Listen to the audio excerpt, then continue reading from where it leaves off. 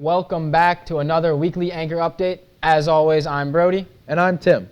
Today's top stories: a Pontiac high school teacher is off the job as state police investigate allegations of misconduct. A lost Atlantic puffin is found and rescued in Rentham before being rehabilitated in Chepachet. Pawtucket officials urge residents to register as organ donors, highlighting stories of lives saved. And Market Basket fires another longtime executive as the company's leadership feud continues. But first, we send it to Joe with on-campus updates. Thanks, Brody. Let's take a look at what's happening around campus this week. On Thursday, October 9th, Rhode Island College will hold a ribbon-cutting ceremony for the newly renovated Clark Science Building.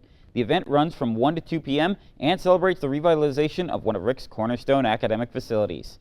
On Friday, October 10th, the Provost's office will host a town hall in Gage Hall Room 100 from 10:30 a.m. to noon. It's an open discussion with the Provost team. All faculty and staff are encouraged to attend.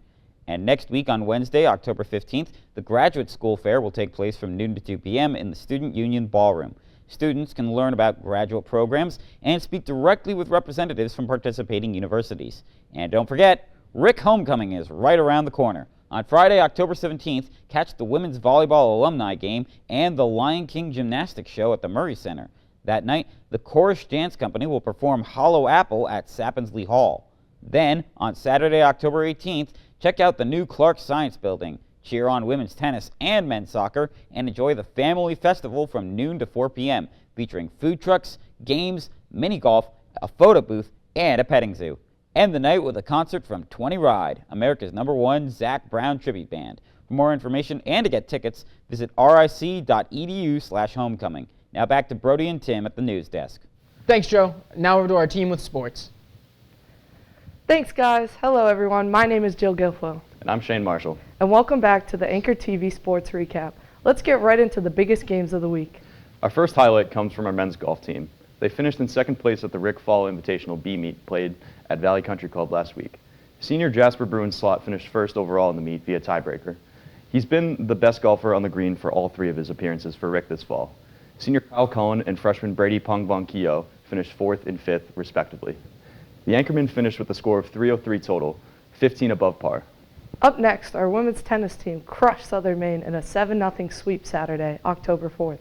Freshman Faith Alron finished first at fifth singles, concluding Game 2 with a 6-0 shutout. Every Anchor woman in singles matches finished with a 2-0 game sweep. The doubles team of sophomores Ariana De Thomas and Amelia Howers cleaned up first at doubles with a 6-1 win over their opponent.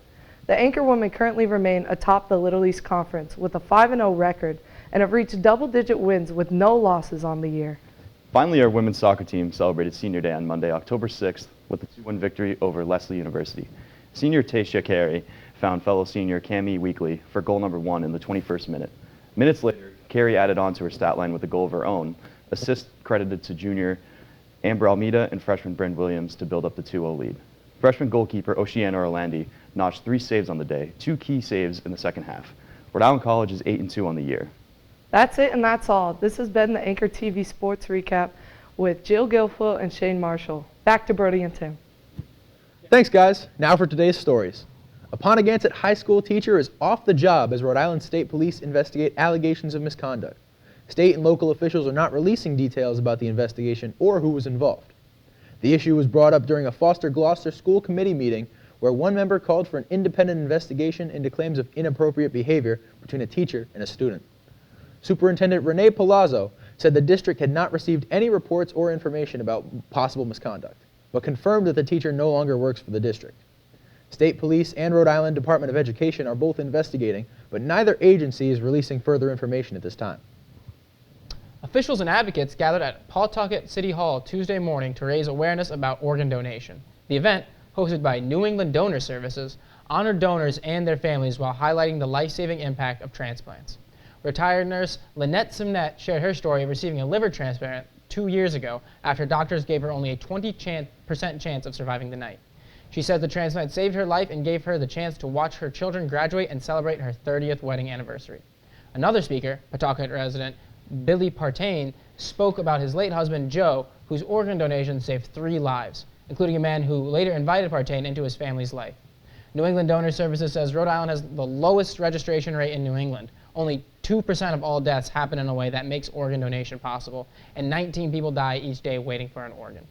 Officials encourage everyone to register as organ donors when renewing their driver's license or real ID.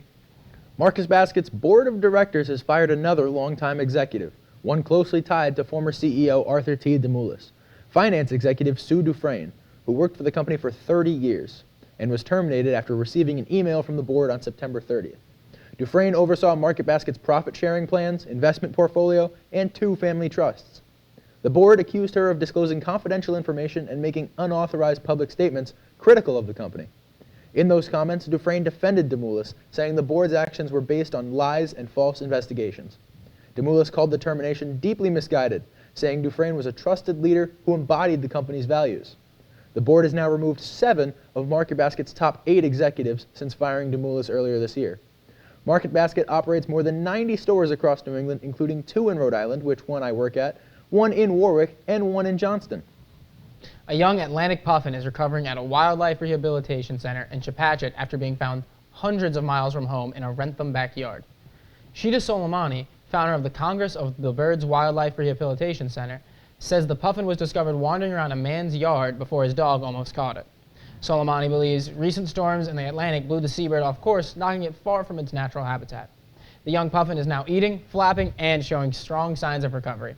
It's expected to be released back into the wild this weekend. The center also cares for other birds, including owls, hawks, and a peregrine falcon. And they're asking for community donations to help cover the cost of round-the-clock care. That's all we have for you this week, folks. Thanks for watching, and we will see you next week.